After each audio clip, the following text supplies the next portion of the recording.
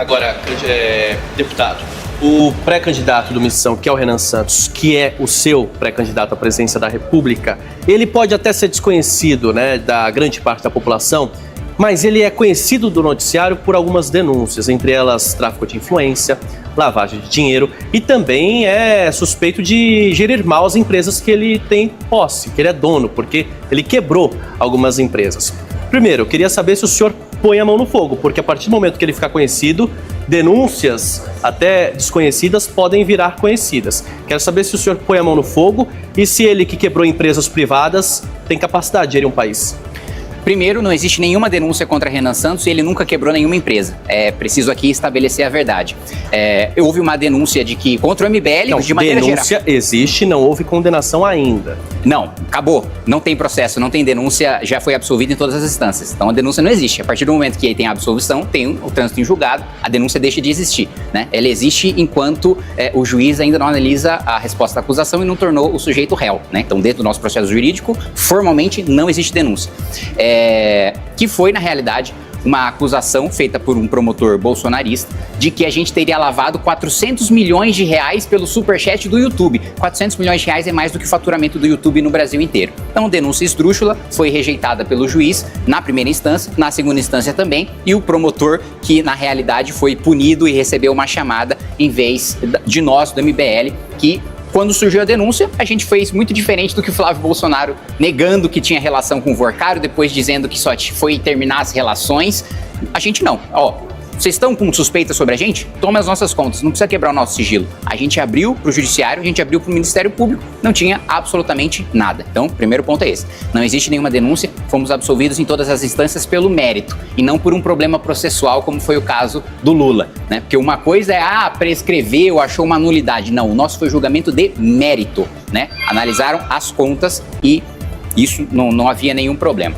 O outro ponto, o Renan nunca quebrou nenhuma empresa, ele vivia de comprar empresas quebradas, fazer a recuperação dessas empresas e daí ele vivia da negociação desses ativos, né? Tanto que quando você vê as denúncias de empresa tem dívida de tanto e de tanto e de tanto, você vai ver as dívidas foram feitas, o Renan tinha 12 anos de idade. Ele não fundou nenhuma dessas empresas, ele não foi o responsável por administrar nenhuma dessas empresas, era o trabalho dele comprar dívida, comprar empresas quebradas, para daí, na recuperação judicial, ele negociar os ativos e ficar com aquilo que sobrasse. Então, nunca quebrou nenhuma empresa, tem plena capacidade de administrar o país e eu acho, né, sem falar de toda a gestão que foi feita do Movimento Brasil Livre durante os últimos 12 anos, que foi o único movimento que sobreviveu ao impeachment da Dilma, nenhum outro movimento que foi para a rua existe hoje, né, só o Movimento Brasil Livre, e que elegeu parlamentares em todo o país e que fundou um partido político quando o presidente da República, Jair Bolsonaro, com a caneta de presidente não conseguiu e o Renan conseguiu, então tem plena capacidade e eu digo mais, ele é o único que tem propostas. Eu peço para as pessoas analisarem as propostas, porque o Lula já desistiu de ter proposta há muito tempo.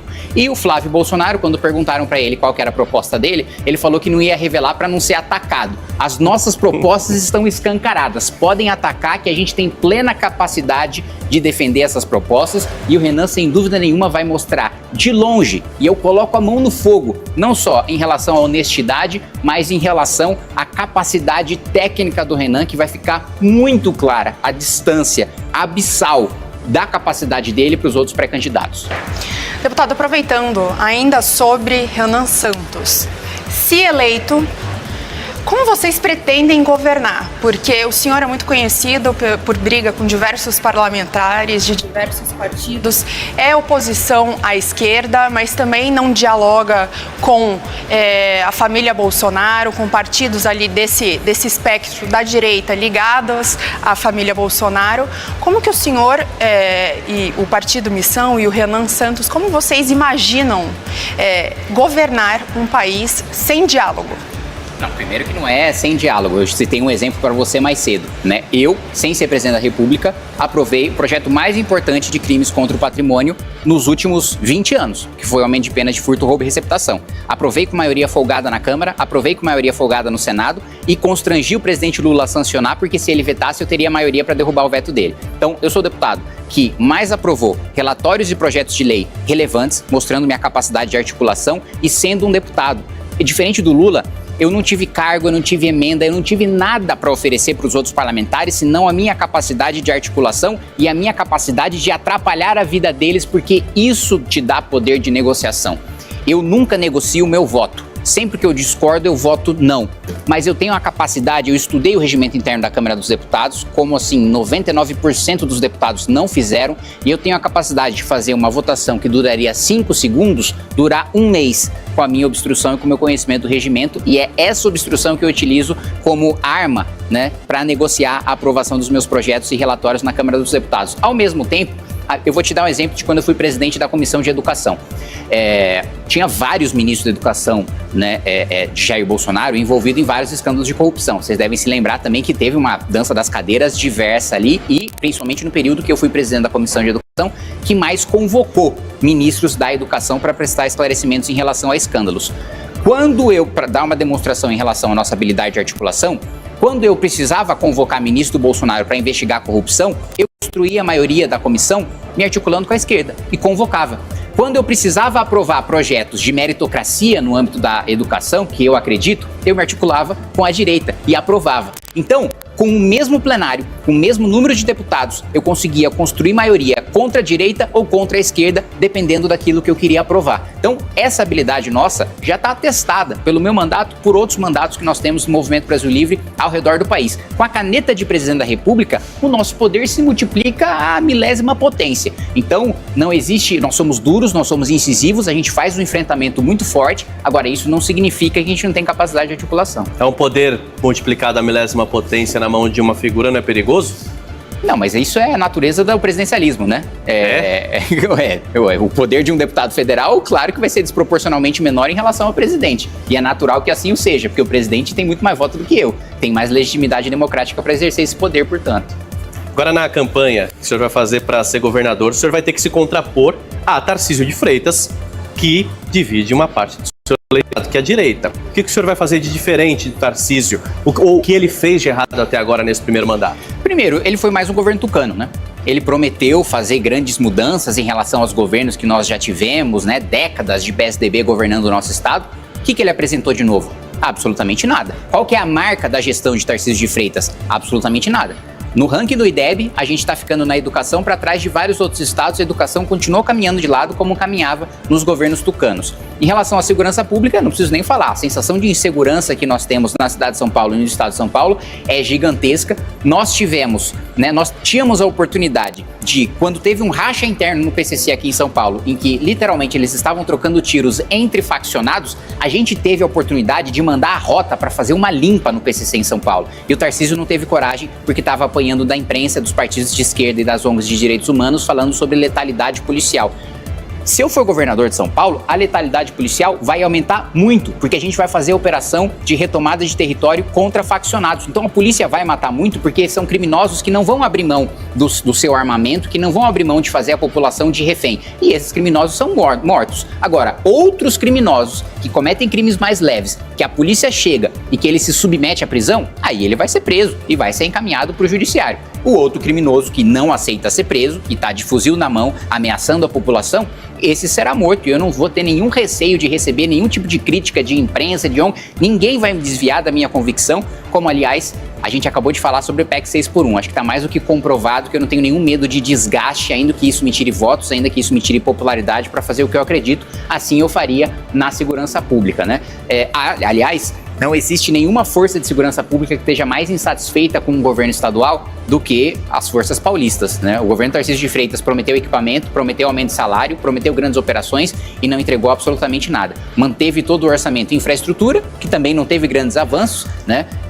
Foi basicamente uma continuidade de obras que já vinham sendo tocadas pelos governos tucanos, que já tinham contratos, inclusive, né, em andamento. Não teve nenhum outro grande contrato feito pelo governo Tarcísio de Freitas de uma grande obra de infraestrutura. Ele executou contratos de gestões passadas e retirou esse orçamento da segurança, que inclusive o próprio secretário fica de mãos atadas na hora de conceder esses equipamentos e esses aumentos de salário a partir do momento que o governador manda contingenciar esses recursos para enviar para a infraestrutura. Então, teria muita coisa que eu faria diferente. Eu vou reconhecer um avanço do governo Tarcísio, que foi a tabela do SUS paulista, né? Que de fato a tabela do SUS está defasada há muito tempo em nível federal. O governo Lula, que tanto fala de SUS, nunca corrigiu essa tabela, né, da importância do Sistema Único de Saúde, nunca corrigiu essa tabela, mas tem um problema fundamental na tabela. Ela apenas paga a solução, mas não faz uma análise de qualidade, não faz uma análise de efetividade, não faz uma análise a fundo para saber, foi o melhor procedimento? É aquele que vai evitar problemas futuros ou só foi feito um procedimento qualquer e eu vou remunerar um mau hospital da mesma maneira que eu remunero um bom hospital, independentemente da sua efetividade, né? Isso eu mudaria estruturalmente no Sistema Único de Saúde no estado de São Paulo. Vou fazer uma pergunta, voltar na resposta do senhor sobre o governo Tarcísio, que o senhor cita como mais um governo tucano de forma crítica. Mas o senhor está dialogando com o PSDB para ser uma aliança aqui em São Paulo. Então, eu quero primeiro entender essa crítica ao PSDB, sendo que você está dialogando uma parceria no estado de São Paulo com o PSDB, e também quero entender como que está essa conversa entre o partido Missão, o senhor e o PSDB.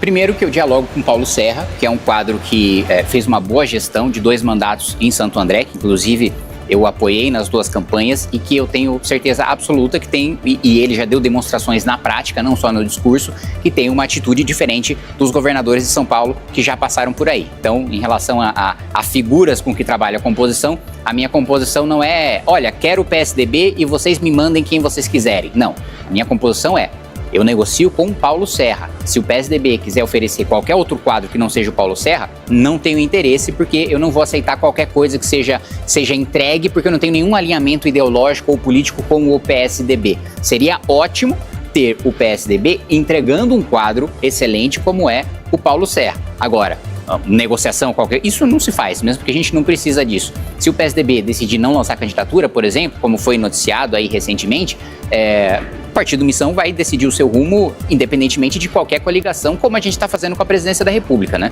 A gente não tem nenhuma dificuldade ou necessidade de coligar ou de federar ou de estar junto com qualquer outro partido, porque a gente, diferente dos partidos do Centrão, a gente tem convicção, a gente não se elege com base em emenda, a gente não se elege com base em aliciamento de prefeitos de cidades pobres e pequenas, a gente se elege com base nas nossas convicções. E se não for para exercer as nossas convicções, a gente prefere perder com elas do que vencer sem elas. Eu quero saber, candidato, como é que vai ser a relação do seu partido, do eventual presidente Renan Santos, com o Supremo Tribunal Federal? Olha, vai ser uma posição dura de colocar o Supremo no seu lugar. Porque o Supremo, ele ultrapassou das suas competências, né? Usurpou a competência de legislar, né? Dentro da Câmara dos Deputados, por exemplo, a gente teve um projeto de decreto legislativo que derrubou o decreto do IOF, do aumento do IOF do governo Lula. Foi revertido pelo ministro Alexandre de Moraes. O ministro Alexandre de Moraes não tinha esse direito, não tinha esse poder, né? O que nós defendemos é uma reforma do judiciário que retire o Supremo Tribunal Federal do Poder Judiciário. Porque no Brasil é um país que a gente concentra o modelo anglo-saxão, que é adotado nos Estados Unidos, na Inglaterra, né, em alguns outros países, com o modelo da maior parte dos países da Europa, que é o de controle abstrato de constitucionalidade, em que a Suprema Corte, na maior parte dos países europeus, aqueles que se baseiam principalmente no direito alemão, ela só analisa casos abstratos, ela só julga leis, ela não julga pessoas, né? E a Suprema Corte americana, ela só julga casos concretos e a partir daqueles casos concretos toma decisões de constitucionalidade. No Brasil, o Supremo ele julga a constitucionalidade a partir de caso concreto, a partir de ação direta no Supremo, que aliás é uma avacalhação a quantidade de pessoas que são legitimadas para ingressar com ações no Supremo, aqui sindicato, associação. As pessoas podem acionar diretamente o Supremo Tribunal Federal. Não é para isso que serve uma Suprema Corte, para qualquer um que tem um questionamento levar isso para lá e entupir a nossa corte de casos. Tem milhares de casos. Eu tive em janeiro no Japão, a Suprema Corte lá se julgou 50 casos, é muito, né? A nossa tem milhares de casos. E um terceiro poder, que também o Supremo tem que perder, de julgar pessoas com foro privilegiado. Eu sou contra a própria existência do foro, mas se ele vai existir, não pode ser o Supremo que vai julgar, porque senão o Supremo faz o Senado de refém, faz a Câmara dos Deputados de refém, e se o Senado ameaça o impeachment de um ministro do Supremo, o Supremo vai lá, desarquiva algum processo contra algum senador, faz essa chantagem e o Senado fica de mãos atadas na hora de mãos atadas não, né? Mas tem todos os elementos para se acovardar, né, na hora de enfrentar o Supremo Tribunal Federal. Então, a nossa proposta profunda de reforma do Judiciário não adianta Nós defendemos que seja feito isso, que tenha impeachment de ministro do Supremo. Mas não adianta só fazer o impeachment de ministro do Supremo, porque o problema não é um ministro ou outro ministro apenas. O problema é o poder que todos os ministros concentram pelo desenho institucional da Suprema Corte, que a nossa Constituição deu muitos poderes para ela, e a gente precisa esvaziar esses poderes passando, e eu tenho uma proposta para isso. Os poderes de julgar quem tem foro para o Superior Tribunal de Justiça, proibindo o Supremo de julgar casos concretos e fazendo com que ele só analise a constitucionalidade das leis, sem poder exacerbar os poderes do Executivo ou do Legislativo. Eu até recuperei aqui uma notícia do Poder 360 de 2021. O deputado Kim Kataguiri, na época do Democratas, pediu ao Supremo que determine um prazo para o presidente da Câmara, Arthur Lira, analisar os pedidos de impeachment contra o presidente Jair Bolsonaro, protocolados pela Casa. Aqui não é uma lei. Você está pedindo para o Supremo interferir em regimentos internos do Legislativo. Não é contra o que o senhor defende? Não, na verdade, boa pergunta, porque a minha especialidade é o controle de constitucionalidade do devido processo legislativo. O Supremo, ele deve intervir quando o processo está previsto na Constituição. Impeachment de presidente da República é um processo que está previsto na Constituição. Se está previsto na Constituição, materialmente e procedimentalmente, o Supremo tem e deve, regulamentar o que a gente chama de omissão constitucional quando o legislador deixa de estabelecer um prazo, que é um prazo que decorre da própria Constituição. Porque, veja, o procedimento de impeachment de presidente da República é o seguinte: eu protocolo uma denúncia, qualquer cidadão protocola uma denúncia contra o presidente da República, chega no presidente da Câmara. O presidente da Câmara tem o dever, ele não tem o poder, ele tem o dever de analisar a denúncia, se ele diz sim ou se ele diz não. Por que criou-se essa prática inconstitucional do presidente da Câmara sentar em cima de pedido de impeachment? Porque se ele diz não, o plenário pode recorrer. E o plenário recorrer, eu obrigo o plenário da Câmara a decidir sobre um pedido de impeachment do presidente, ainda que o presidente da Câmara tenha negado, a admissibilidade daquela denúncia. Isso é inconstitucional. Então, eu não estou pedindo para o Supremo tratorar o Legislativo ou inventar algo que está fora dos seus poderes. Eu estou pedindo para o Supremo regulamentar um processo que está previsto na Constituição.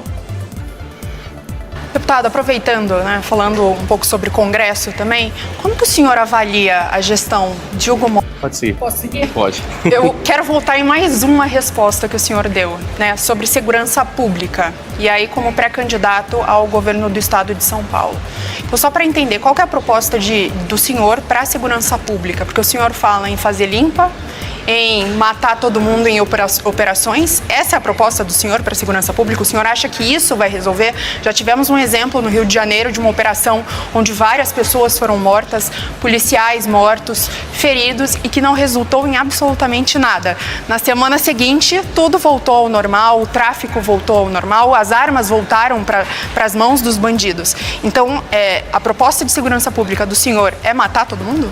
Não, é matar faccionado, E eu acho que faltou o Rio de Janeiro matar mais faccionado, Porque aqueles que dominam o território, as forças armadas do crime organizado, elas só podem ser combatidas com violência, É diferente de um crime do dia a dia. E a gente defende em nível nacional, até para você entender o nosso pensamento, a adoção do direito penal do inimigo.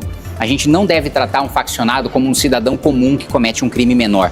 A gente deve tratar um faccionado com uma lei de execução penal própria, com um presídio de segurança máxima em que, por exemplo, ele só tem acesso a advogado se for dentro de um parlatório, em que ele não tem acesso à liberdade, que ele não pode sair provisoriamente, em que ele não tem saidinha, em que ele não tem visita íntima, em que a fala dele é única e exclusivamente com o advogado por meio do parlatório, num presídio de segurança máxima que a gente pretende criar o maior da América Latina e com um processo específico pro faccionado, selecionando procuradores, promotores, juízes e desembargadores especializados nas varas criminais hoje, que julgam esses faccionados. Aqueles que tiverem os maiores índices de condenação vão ser chamados para uma justiça especializada que vai julgar esses faccionados. Então, é um tratamento muito diferente que tem que ser dado para o faccionado do criminoso, digamos assim, comum. Agora, um dos pontos é a adoção de tecnologia e inteligência artificial, que é algo que a adoção de tecnologia nos governos brasileiros, não só no estado, mas nas prefeituras e no governo federal,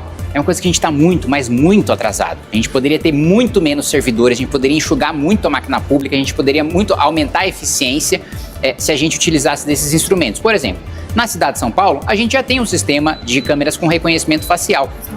No governo do estado, a gente só tem o Muralha Paulista, que identifica placas de carros, placas frias ou carros roubados ou furtados. Por que não tem o reconhecimento facial? Faltou investimento nesse setor.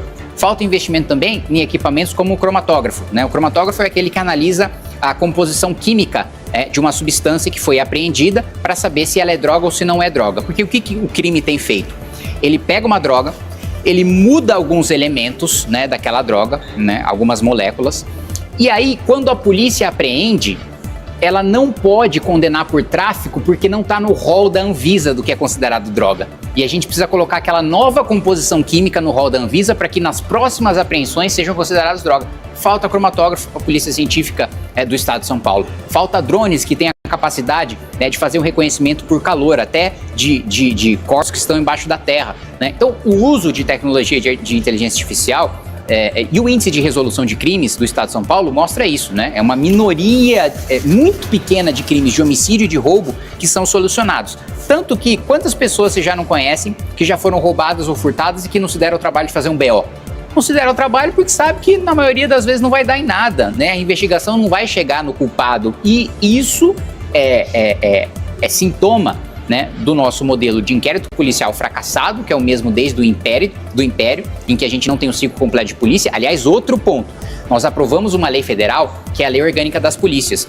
O governo Tarcísio até agora não regulamentou decentemente, né? As polícias estão inclusive pensando em judicializar, porque é uma proposta que unifica carreiras, que traz modernização, que ainda não é o mundo ideal do ciclo completo, mas é um grande avanço, e o governo do estado se nega a fazer a regulamentação da Lei Orgânica das Polícias, né? Então, o investimento não é só investimento em patrulhamento ostensivo, não é só o investimento, né, para que os nossos policiais tenham o equipamento, as condições jurídicas e físicas, né, de fazer o enfrentamento ao crime, principalmente em relação ao domínio de território, que tem que ser feito e não tem outra solução que não seja matar, porque os criminosos, né, se colocam nessa situação.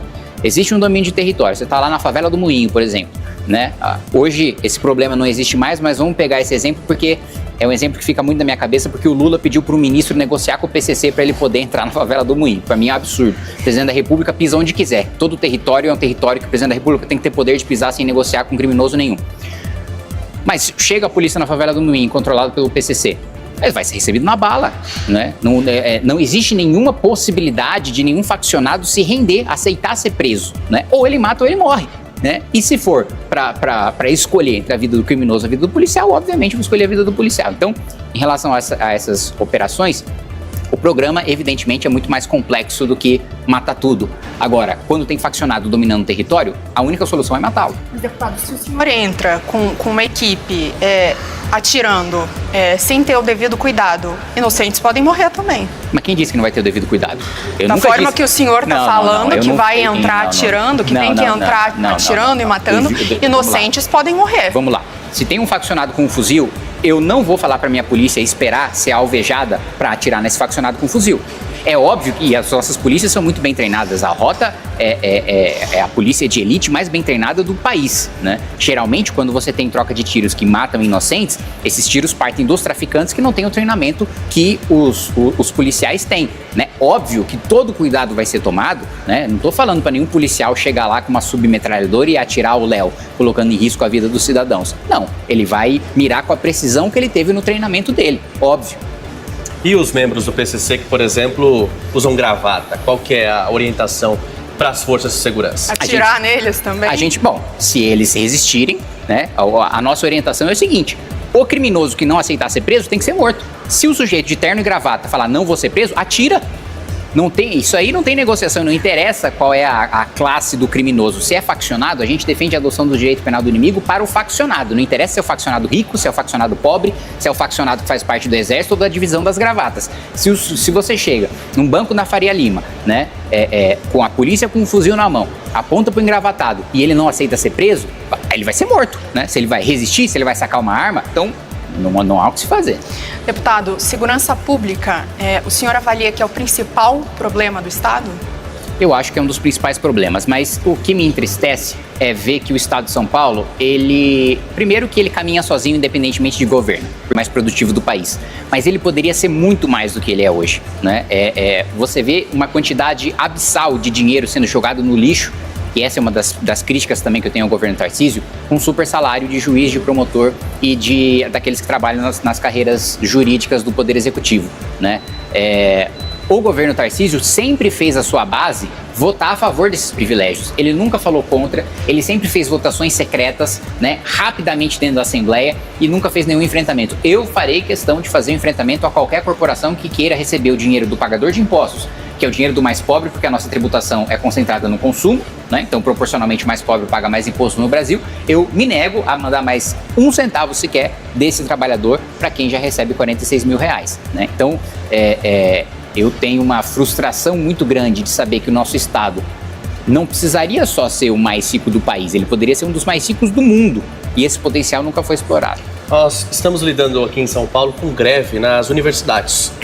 E saiu uma notícia essa semana que universidades motivadas pela falta de recursos caíram no ranking das melhores do mundo, e as brasileiras, estaduais, paulistas eram bem conceituadas.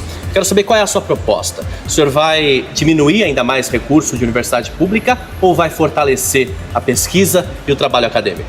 Bom, primeiro, eu vou discordar de você no pressuposto da pergunta, que é de que a queda do ranking foi ocasionada por subfinanciamento. Outras universidades com um orçamento menor do que as nossas universidades públicas subiram no ranking. Então, nós temos fundamentalmente, não é falta de recurso nas universidades públicas brasileiras, pelo contrário, né? Nós temos um investimento muito maior nas universidades do que nós temos no ensino básico. O ensino básico, sim, poderia ter alguma reclamação em relação a recurso. Universidade é problema de gestão. É o problema da reitoria, é o problema da Secretaria de Educação, que não faz a gestão adequada dos recursos que a universidade tem, né? Não é o problema de falta de orçamento, é o problema de um desastre, né? Que precisa de reestruturação de carreiras, que você precisa de aumentar a eficiência dentro dessas universidades e, né, em eu sendo governador, Renan sendo presidente, o nosso foco vai ser ciência, tecnologia, desenvolvimento daquilo que aumenta a produtividade do país e que gera riqueza. Né? Outros setores, e aqui eu falo contra a minha própria classe, né? Eu sou advogado, mas assim, não faz sentido mais o Brasil investir em universidades de direito. Nós já temos mais do que centenas de milhares de advogados, de bacharéis, né? Isso é sintoma de um país que está doente pela burocracia. Você precisar de tanto advogado é porque você tem leis tão confusas, tão complexas e uma insegurança jurídica tão grande que você precisa de um monte de gente sendo advogado para atuar num país. Um bom país, um país bem sucedido, ele tem programadores, ele tem engenheiros, ele trabalha em agregar mais valor no seu serviço e na sua indústria. Ele não tem um monte de advogado. Então, nós precisamos focar os recursos públicos das universidades naquilo que gera retorno a longo prazo, naquilo que é o investimento que a iniciativa privada não faz, porque é muito intensivo em capital, precisa de muito dinheiro para você investir em infraestrutura, para você investir em ciência e tecnologia. Infraestrutura, você precisa de muito dinheiro e demora muito tempo para você ter retorno. Daí a necessidade de investimento público, né? Porque o Estado está preocupado com o interesse público, não com o lucro que a iniciativa privada legitimamente tem essa preocupação. Ciência e tecnologia, a mesma coisa. Das pesquisas que o Estado vai financiar, 99% vai dar errado. Mas o 1% que dá certo traz um retorno gigantesco para o país e a gente já teve 2 experiências muito bem sucedidas. Aliás, eu vou colocar 3 experiências muito bem sucedidas que o Brasil já teve, uma delas especialmente no estado de São Paulo. Primeiro, a medicina da USP, né, que é referência, né, para o mundo inteiro, ao atendimento de média e alta complexidade, os equipamentos, né, o nível de especialidade dos seus formados é referência. Né? Outro ponto, a pesquisa agropecuária, né, a Embrapa também, nosso agro é uma referência para o país.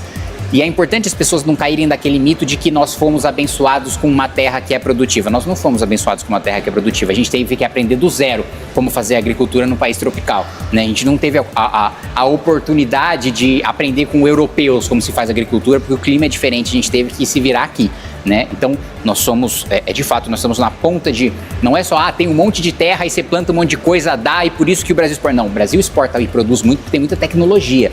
O aumento de produtividade do agro brasileiro é de 2,5% ao ano. Pesquisa pública da Embrapa, Pesquisa pública da Embrapa. Eu estou falando de investimento público, né?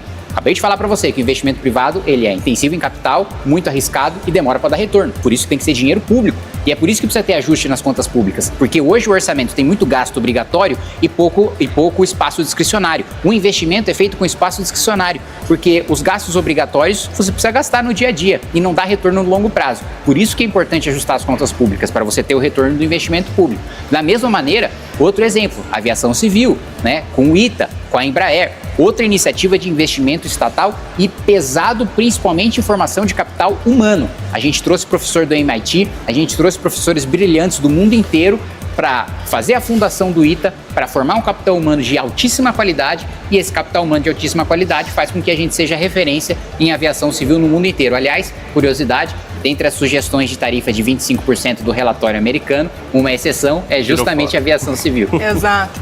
Bom, deputado, para a gente encerrar, uma pergunta. Eu sei que ainda está muito cedo, ainda estamos na pré-campanha, mas se o senhor for eleito, qual é a primeira medida, de forma objetiva, que o senhor vai tomar à frente do governo do estado de São Paulo? A primeira medida é colocar uma rota para retomar cada centímetro de território que estiver dominado pelo primeiro comando da capital.